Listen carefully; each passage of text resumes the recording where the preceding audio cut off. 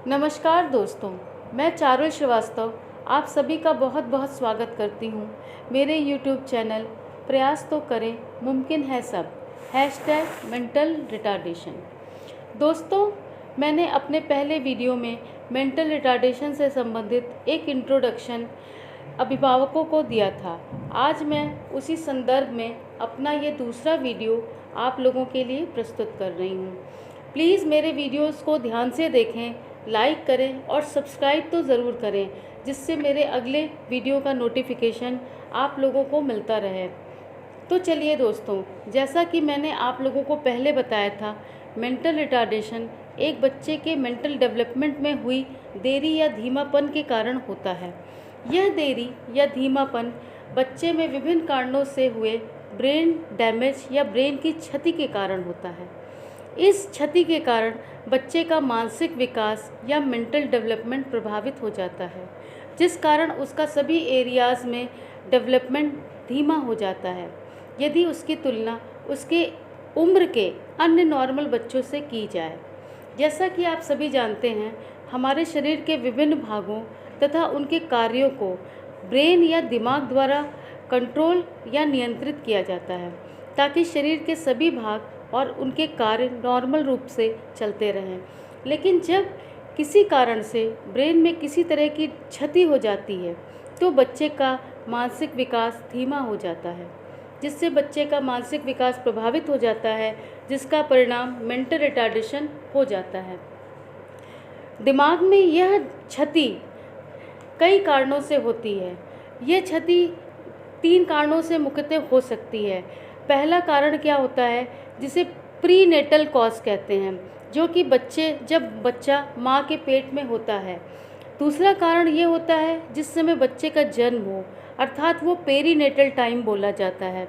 उस टाइम अगर बच्चे के दिमाग में किसी प्रकार की क्षति हो जाए तो उसका प्रभाव बच्चे पर पड़ता है, बच्चे के दिमाग पे पड़ता है, जिससे वो मेंटली रिटार्डेड हो सकता है।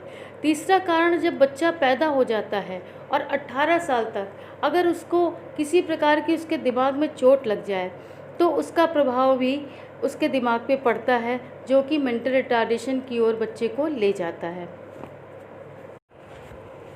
दोस्तों, जैसा कि मैंने आप लोगों को 3 कारण बताए जिसकी वजह से एक बच्चा मेंटली रिटार्डेड या मानसिक रूप से मंदित हो सकता है। दोस्तों, पहला कारण मैं उस पर विस्तृत चर्चा करना चाहूँगी, वो होता है प्रीनेटल कॉज। प्रीनेटल कॉज अर्थात जब बच्चा माँ के पेट में होता है। तो माँ के पेट में जब बच्चा होता है तो कौन कौन से कारण होते हैं जिसकी वजह से बच्चा जन्म के बाद मानसिक रूप से मंदित हो सकता है। आइए उस पर चर्चा करें। जैसे कि इस कारण में माँ की उम्र, अगर बच्चे की माँ की उम्र 35 साल से ऊपर है और ऐसी माँ का बच्चा जन्म लेता है तो उसमें मेंटल रिटार्डेशन होने के चांसेस बहुत बढ़ जाते हैं। दूसरा, अगर माँ गर्भावस्था के दौरान अपनी आहार को पर्याप्त रूप से नहीं लेती है, वो कुपोषित होती है, तो हो सकता है कि इसका प्रभाव उसके बच्चे पे पड़े और उनका बच्चा मेंटली रिटार्डेड हो जाए। अगर गर्भावस्था के दौरान माता को किसी प्रकार की बीमारी जैसे रूबेला, जर्मन मीज़ल्स हो तो उसका प्रभाव भी बच्चे के दिमाग पर पड़ता है और उनका बच्चा मेंटली रिटार्डेड हो सकता है। अगर माता गर्भावस्था के दौरान किसी प्रकार के ड्रग्स या अल्कोहल का सेवन करती है या वो किसी टॉक्सिक सब्सटेंस का सेवन करती है तो भी इसका प्रभाव उनके बच्चे पर पड़ता है और उससे भी बच्चा मेंटली रिटार्डेड हो सकता है। तो दोस्तों, ये तो थे प्रीनेटल कॉज कि जब बच्चा माँ के पेट में होता है।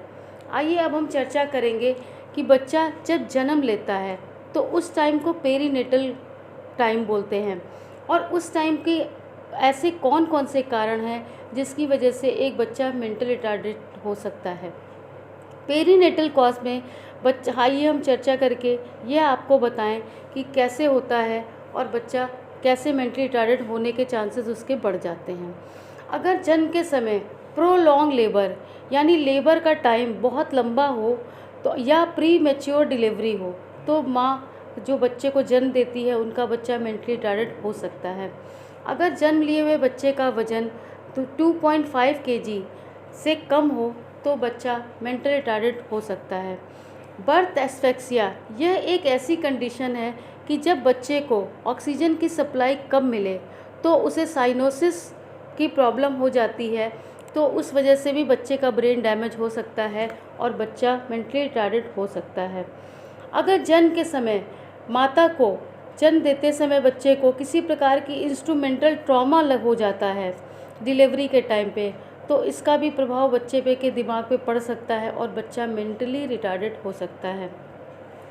अगर बच्चे को जन्म के तुरंत बाद जॉन्डिस हो जाए या उसे किसी प्रकार के दौरे पड़े या फिट्स की शिकायत हो, तो इसका भी प्रभाव बच्चे के ब्रेन पे पड़ता है और बच्चा मेंटली रिटार्डेड हो सकता है। अगर कोई बच्चा जिसने जन्म लिया है वो माइक्रोसिफेली या हाइड्रोसिफेली हो, तो भी बच्चा मेंटली रिटार्डेड हो जाता है। तो दोस्तों, मैंने आपको यहाँ पे पेरीनेटल कॉजेज़ बताए जिनका प्रभाव बच्चे पर पड़ता है, बच्चे के दिमाग पर पड़ता है और उसकी वजह से एक बच्चा मेंटली रिटार्डेड हो जाता है। अब दोस्तों, मैं आपको जन्म के बाद पोस्टनेटल कॉज बताऊंगी जिसकी वजह से भी एक बच्चा मेंटली रिटार्डेड हो जाता है।